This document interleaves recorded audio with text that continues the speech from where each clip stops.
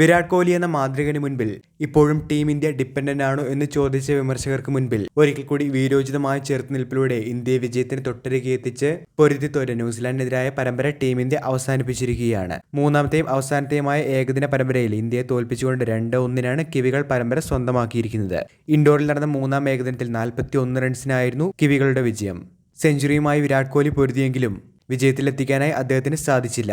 Toss നഷ്ടപ്പെട്ട ആദ്യം bat ചെയ്ത ന്യൂസിലാൻഡ് 8 വിക്കറ്റ് നഷ്ടത്തിൽ 337 റൺസ് നേടിയപ്പോൾ മറുപടി ബാറ്റ് ചെയ്ത ഇന്ത്യ 296 എല്ലാവരും പുറത്താവുകയായിരുന്നു. സെഞ്ചുറി അടിച്ച ഡാരൽ മിച്ചലിന്റെയും ഗ്ലെൻ ഫിലിപ്സിന്റെയും ബാറ്റിംഗ് മികവിലാണ് ന്യൂസിലാൻഡ് മികച്ച സ്കോറിലെത്തിയത്. 131 പന്തിൽ 137 റൺസ് ഡാരൽ മിച്ചൽ നേടിയപ്പോൾ 88 പന്തിൽ 106 റൺസായിരുന്നു ഫിലിപ്സ് നേടിയത്. അവസാന ഓവറുകളിൽ ബ്രൈസ്വെല്ലും വില്യങ്ങും ന്യൂസിലാൻഡിനു വേണ്ടി മികച്ച ബാറ്റിംഗ് പ്രകടനം കാഴ്ചവെച്ചതോടുകൂടിയായിരുന്നു 337 റൺസ് എന്ന ടോട്ടലിലേക്ക് ന്യൂസിലാൻഡ് എത്തിയത്. ഇന്ത്യക്ക് വേണ്ടി 63 റൺസ് വഴങ്ങി 3 വിക്കറ്റ് അർഷ്ദീപ് സിംഗ് നേടിയപ്പോൾ 84 റൺസ് വഴങ്ങി ഹർഷിത് റാണ 3 വിക്കറ്റ് നേടിയിരുന്നു.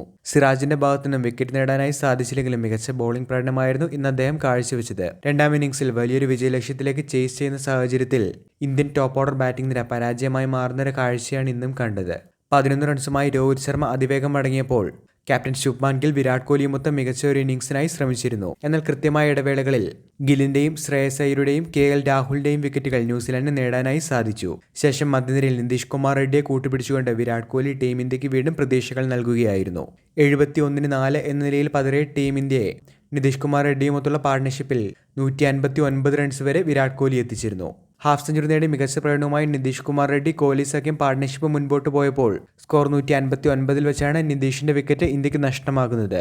ശേഷമെത്തിയ ജഡേജയ്ക്കും അധികമൊന്നും ചെയ്യാനാവാതെ വന്നപ്പോൾ ടീം ഇന്ത്യ ഒരു തോൽവിയെ തന്നെ മുന്നിൽ കണ്ടിരുന്നു. ശേഷം ഹർഷിത് റാണയുടെ വീരോചിതമായ പോരാട്ടം തന്നെയാണ് ടീം ഇന്ത്യക്ക് വീണ്ടും വിജയപ്രതീക്ഷകൾ നൽകിയത്. ഒരു ഭാഗത്ത് കോഹ്ലി മികച്ച രീതിയിൽ റൺസ് കണ്ടെത്തിക്കൊണ്ടിരുന്ന സാഹചര്യത്തിലും അദ്ദേഹത്തിന് വേണ്ട ഏറ്റവും മികച്ച പിന്തുണയോടുകൂടി ബൗണ്ടറികളുമായി ഹർഷിത് റാണ ഇന്ത്യയുടെ വിജയലക്ഷ്യവും റിക്വയർഡ് റൺ റേറ്റും പരിധിക്കുള്ളിൽ എത്തിക്കുമെന്ന് തന്നെയുള്ള പ്രതീക്ഷകൾ നൽകിയിരുന്നു.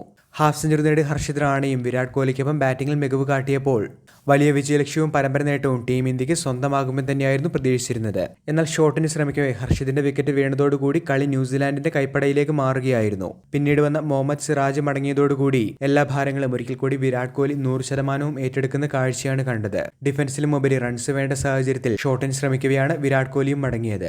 ഒരിക്കൽ കൂടി വീരോചിതമായ സെഞ്ചുറി ഇന്നിംഗ്സിലൂടെ 124 റൺസുമായാണ് കോഹ്ലി മടങ്ങിയത്. അങ്ങനെ 296 റൺസിൽ ടീം ഇന്ത്യയുടെ പോരാട്ടം അവസാനിക്കുകയായിരുന്നു. മത്സരശേഷം തോൽവിയിലേക്ക് ടീം പോയതിന്റെ നിരാശയിൽ തന്നെയാണ് വിരാട് കോഹ്ലി സംസാരിച്ചത്. അദ്ദേഹത്തിന്റെ വാക്കുകൾ പരിശോധിക്കുകയാണെങ്കിൽ ഒരു പ്രഷറൈസ്ഡ് ഗെയിമിന്റെ എല്ലാ മൊമെന്റുകളും ഈ മത്സരത്തിൽ നിന്ന് ലഭിച്ചിരുന്നു. ഏതറ്റം വരെ പോകാനായി സാധിക്കുമോ അത്ര വരെ പൊരുതാമെന്നുള്ള ഒരു മൈൻഡ് സെറ്റ് തന്നെയായിരുന്നു ഉണ്ടായിരുന്നത്. തനിക്കൊപ്പം നിതീഷ് കുമാർ റെഡ്ഡിയും ഹർഷിത് റാണയും ആത്മവിശ്വാസം നൽകിയ ബാറ്റിംഗ് പ്രകടനങ്ങൾ തന്നെയാണ് കാഴ്ചവെച്ചത്. ഏകദിന ക്രിക്കറ്റിന്റെ എല്ലാ ആവേശവും ഓരോ മൊമെന്റിലും മാറി മാറി മറിഞ്ഞിരുന്നു. ഒരു ഗെയിം എന്ന് പറയുന്നത് ഏത് നിമിഷം വേണമെങ്കിലും രണ്ട് സൈഡിലേക്ക് മാറാമെന്നുള്ളതിന് മറ്റൊരു തെളിവായി തന്നെ ഇന്നത്തെ മത്സരത്തെ കാണാനായി സാധിക്കുമെന്നാണ് കോഹ്ലി പറഞ്ഞത്. റാണ മികച്ച രീതിയിൽ തന്നെയുള്ള ഒരു സപ്പോർട്ടും അതേപോലെ ഏറ്റവും മികച്ച ഒരു ബാറ്റിംഗ് പ്രകടനവുമാണ് ഇന്ന് കാഴ്ചവെച്ചത്. പക്ഷേ ക്രിക്കറ്റ് എന്നത് തീർച്ചയായിട്ടും ഒരു സമ്മർദ്ദം നൽകുന്ന ഗെയിം തന്നെയാണ്. അവിടെ ചില സമയങ്ങളിൽ തീരുമാനങ്ങൾ പിഴയ്ക്കാം, ഷോട്ടുകളും പിഴയ്ക്കാം.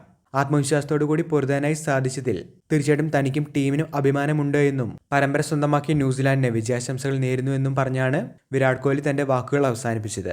തീർച്ചയായിട്ടും ഹർഷിത് റാണ ഹാഫ് സെഞ്ചുറി നേടിയ ആ ഷോട്ടിന് ശേഷം വിരാട് കോഹ്ലി ഹർഷിതിനെ കൃത്യമായി തന്നെ ഉപദേശിക്കുന്ന ഒരു കാഴ്ച നമ്മൾ ലൈവ് കണ്ടതാണ്. ഗ്രൗണ്ടഡ് ഷോട്ടുകൾ കൂടുതൽ കളിക്കാനായി വിരാട് കോഹ്ലി പറഞ്ഞതിന് ശേഷം മറ്റൊരു സിക്സറിന് ശ്രമിക്കുകയാണ് ഹർഷിത് റാണ മടങ്ങിയത്. തീർച്ചയായിട്ടും മത്സരത്തിലെ ടേണിംഗ് പോയിന്റായി മാറിയത് ആ ഒരു നിമിഷം തന്നെയായിരുന്നു. 100% ജയിക്കേണ്ട ഒരു മത്സരം തീർച്ചയായിട്ടും ആ ഒരു ഒറ്റ മൊമെന്റിലൂടെ ന്യൂസിലാൻഡ് തിരികെ തങ്ങളുടെ കയ്യിലേക്ക് തട്ടിയെടുക്കുക തന്നെയായിരുന്നു.